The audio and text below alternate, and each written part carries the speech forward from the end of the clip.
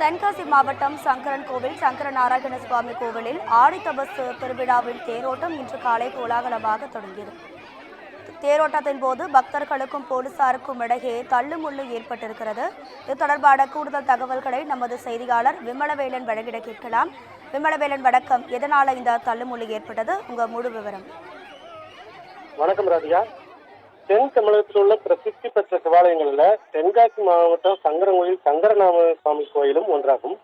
இங்கு ஆண்டுதோறும் ஆடி மாதம் ஆடி தபசு திருவிழா வெகு விமர்சையாக நடைபெறும்.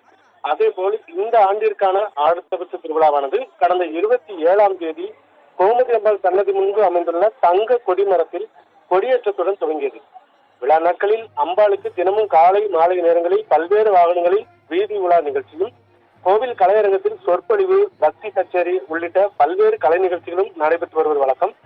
தொடர்ந்து தபசு திருவிழாவின் 9ஆம் திருநாளான இன்று ஆடி தபசு திருவிழாவின் முக்கிய நிகழ்வுகளில் ஒன்றான திருத்தேரோட்டம் நடைபெற்றது. தேரோட்டத்தை முன்னிட்டு இன்று சுவாமி அம்பாள் சிறப்பு அபிஷேகம் அலங்காரங்கள் நடத்தப்பட்டு திருத்தேர்களில் எழுந்தறி மக்களுக்கு காட்சியளித்தார்.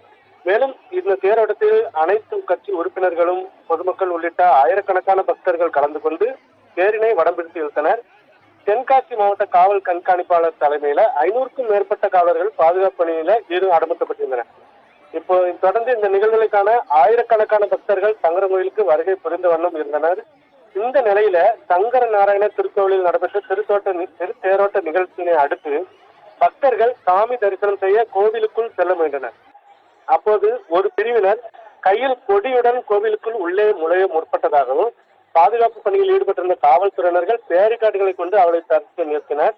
மேலும் அவர்கள் கோயிலுக்கு நுழைய அனுமதி மறுக்கப்பட்டதால் கொடியோடு வந்தவர்களுக்கும் போலீசாருக்கும் இடையே ஒரு கட்டத்தில் வாக்குவாதம் ஏற்பட்டது.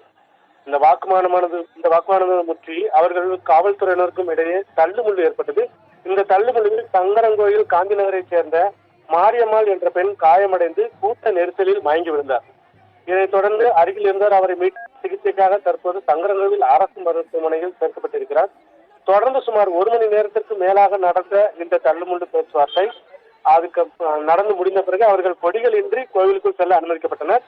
மேலும் பக்தர்களும் காவல்துறைக்கு நடத்திய தள்ளுமுள்ளால் கோவில் வளாகமே பரபரப்பாக காணப்பட்டது.